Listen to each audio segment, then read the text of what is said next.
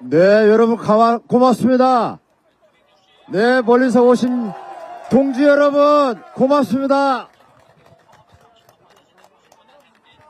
여기 용산에서 집회를 하면은 이렇게 항상 방해를 받습니다. 여기에 익숙해 있습니다.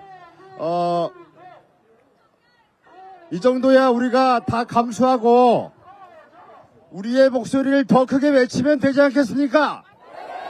맞습니다. 여기가 대통령실 앞입니다. 여기서 우리가 윤석열 대통령에게 우리의 목소리를 전달하려면 항상 이렇게 방해하는 세력들이 있습니다. 우리가 이겨내야 합니다. 그렇지 않습니까? 네. 오늘 주말 시간인데 전국에서 이렇게 많은 당원 동지를 오셔서 너무 든든합니다. 우리가 승리할 것입니다. 그렇지 않습니까?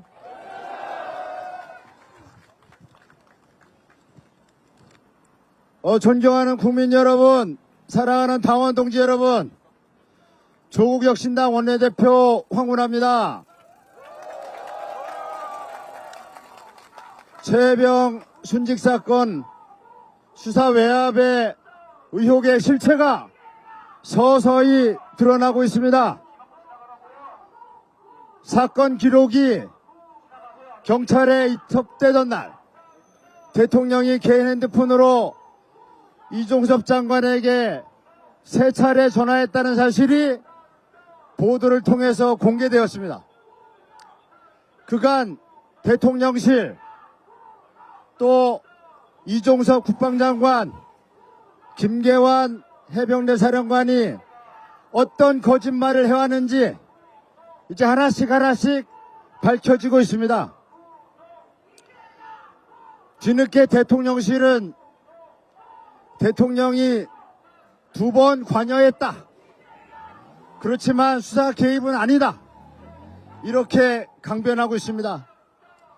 대통령이 수사 축소 지시라는 게 뭐가 잘못이냐? 이렇게 궤변을 열어놓고 있습니다.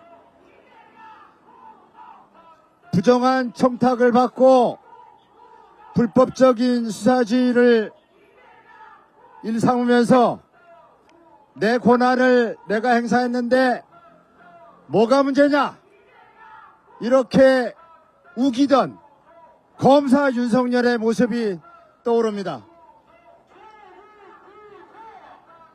대통령실의 해명은 장두노미가 될 것입니다. 여러분 장두노미라고 들어보셨어요? 꿩이 쫓기다가 머리만 감추지만 몸통과 꼬리가 다 드러나서 결국 사냥꾼에게 잡히고 만다. 이게 장두노미입니다.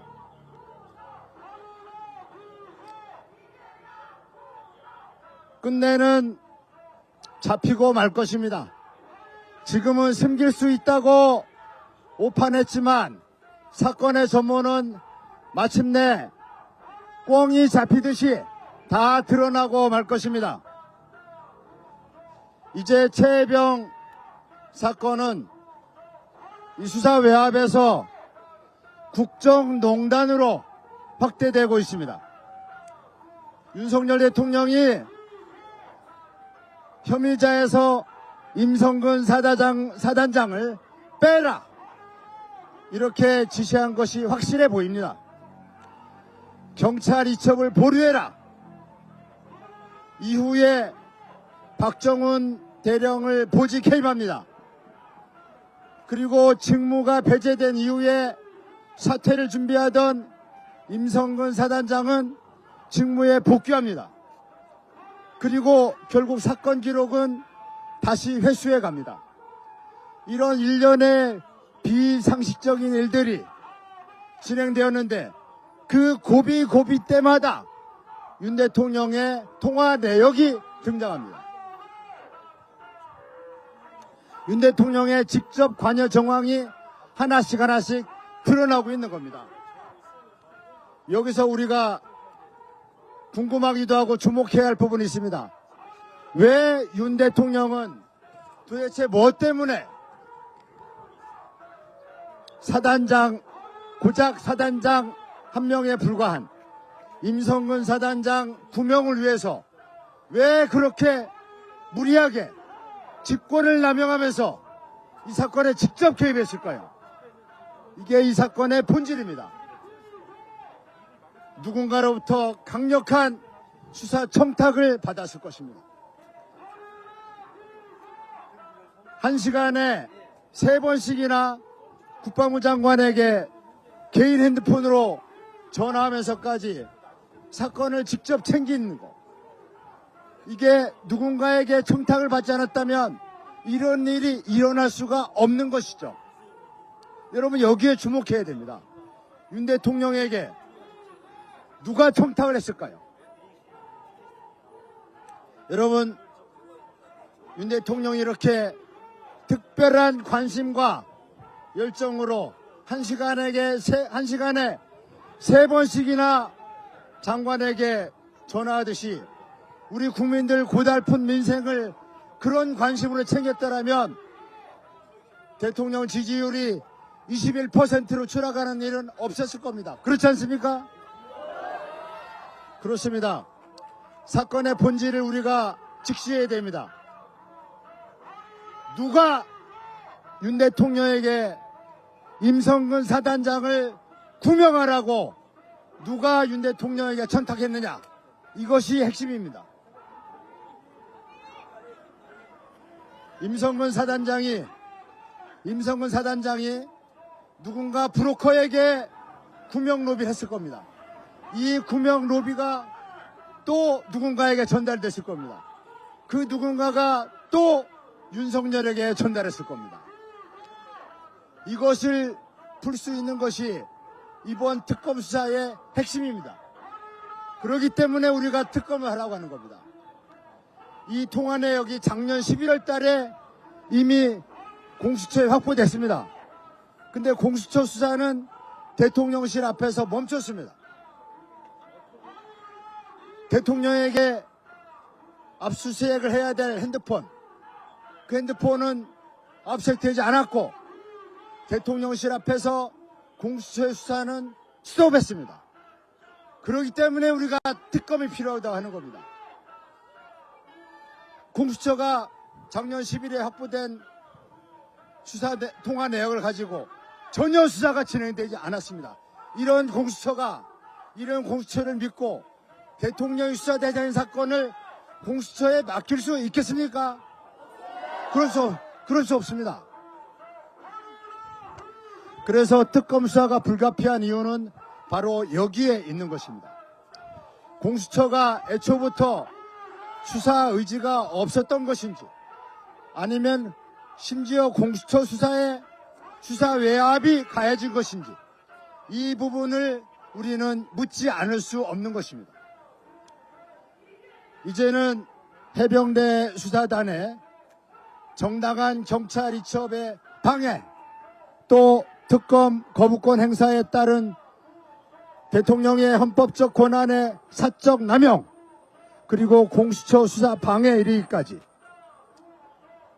윤 대통령은 3중의 사법 방해를 자행한 것입니다. 여러분, 닉슨 대통령이 워터게이트 사건을 수사하던 특검을 해임함으로써 탄핵 사유가 됐습니다. 자신을 수사한 특검을 해임한 거냐, 자신을 수사하는 내용의 특검법을 거부한 것이나 뭐가 다르겠습니까? 똑같지 않습니까? 맞습니다. 특검을 해임한 거나 특검법을 거부한 것이나 똑같은 탄핵 사유입니다. 또 닉슨의 사법 방해 혐의 중에는 닉슨이 공개 발언을 통해서 거짓말한 부분도 중대한 탄핵 사유가 됐습니다. 여러분, 윤 대통령이 지난 9일 기자회견에서 뭐라고 했습니까? 경로설에 대해서 뭐라고 답변했습니까? 엉뚱하게 동문서답을 했습니다. 국민들을 호도했습니다. 사실을 호도했습니다. 거짓말로 국민을 속였습니다.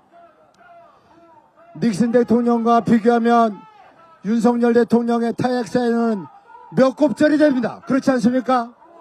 맞습니다. 이와 같은 권력형 사법 방해는 강력하게 응징되어 마땅합니다. 그래서 22대 국회 시작과 함께 최혜병 특검법이 다시 발의됐습니다. 윤 대통령에게 우리는 묻습니다. 자신의 범죄 혐의를 감추기 위해서 헌정사상 최초로 동일한 법률안에 대해서 2번씩이나 거부권 행사하는 역사상 가장 부끄러운 대통령으로, 수치스러운 대통령으로 남겠습니까? 라고 우리는 묻습니다. 헤어나올 수 없는 지옥의 늪에 윤석열 대통령은 점점 더 빠져들고 있습니다. 그렇게 늪에 빠지면서까지 감추고 싶은, 숨기고 싶은 진실이 도대체 무엇입니까? 이제라도 윤석열 대통령은 사건의 진실을 국민들에게 솔직하게 설명하고 특검 수사를 받아야 합니다. 그렇지 않습니까? 그렇습니다. 더 이상 국민을 부끄럽게 만들지 마십시오. 여러분, 이제 더 크게 한번 구호를 외쳐봅시다. 우리의 방해 세력은 이렇게 곳곳에 있습니다. 이 방해 세력을 뛰어넘어야 합니다.